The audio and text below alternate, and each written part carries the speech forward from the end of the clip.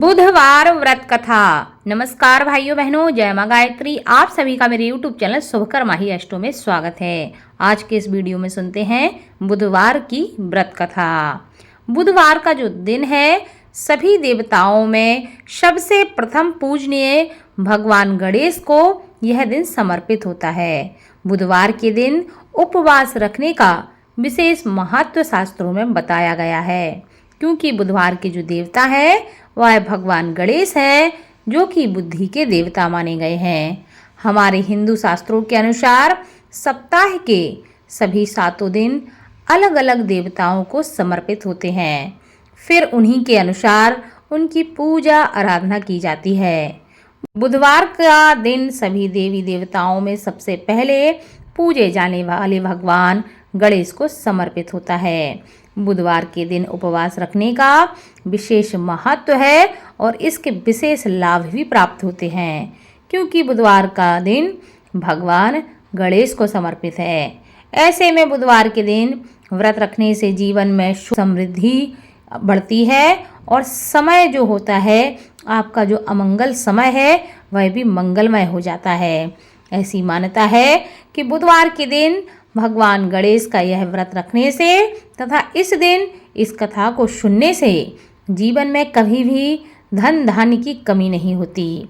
तो जानते हैं बुधवार की व्रत कथा के बारे में।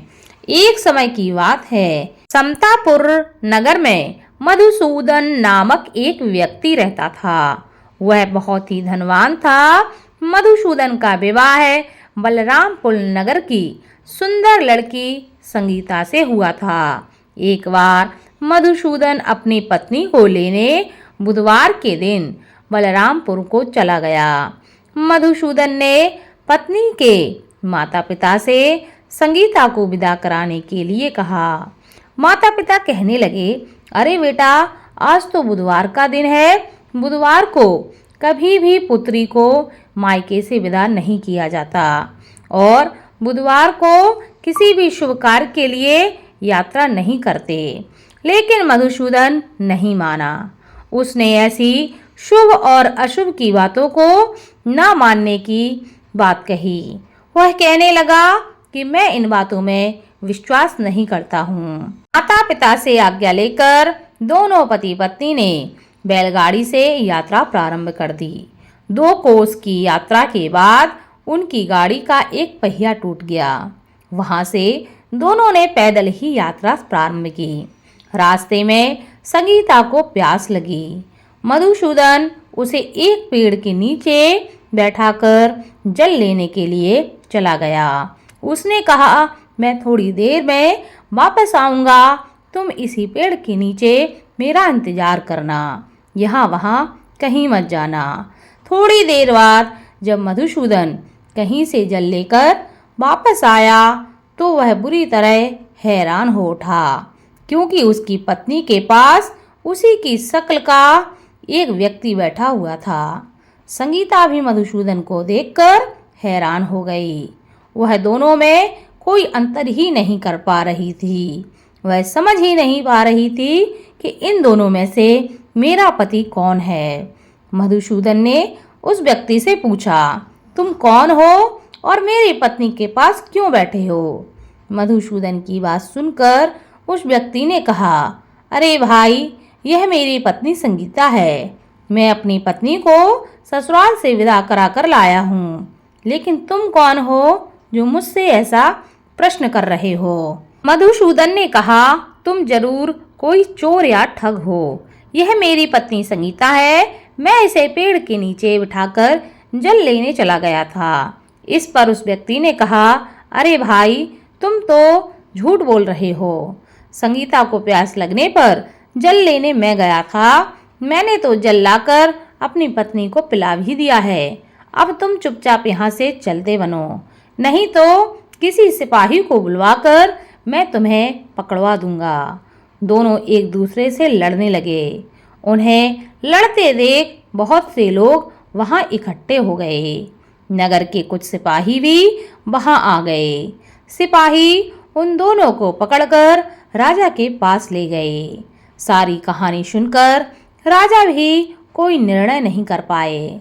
संगीता भी उन दोनों में से अपने वास्तविक पति को नहीं पहचान पा रही थी। राजा ने दोनों को कारागार में डालने का आदेश दे दिया।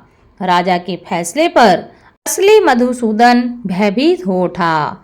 तभी आकाशवाणी होने लगी, हे मधुसूदन, तूने संगीता के माता पिता की बात नहीं मानी और बुधवार के दिन अपनी ससुराल से प्रस्थान किया।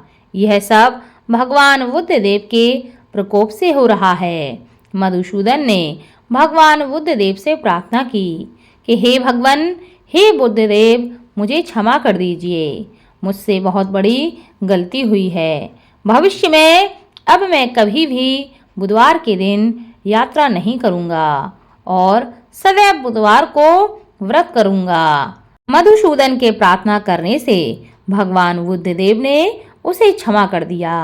तभी दूसरा व्यक्ति राजा के सामने से गायब हो गया। राजा और दूसरे लोग इस चमत्कार को देखकर हैरान हो गए। भगवान बुद्धदेव की इस अनुकंपा से राजा ने मधुसूदन और उसकी पत्नी को सम्मान पूर्वक विदा कर दिया। कुछ दूर चलने पर रास्ते में बैलगाड़ी मिल गई। बैलगाड़ी का टूटा हुआ पहिया भी जुड़ा हुआ मिला।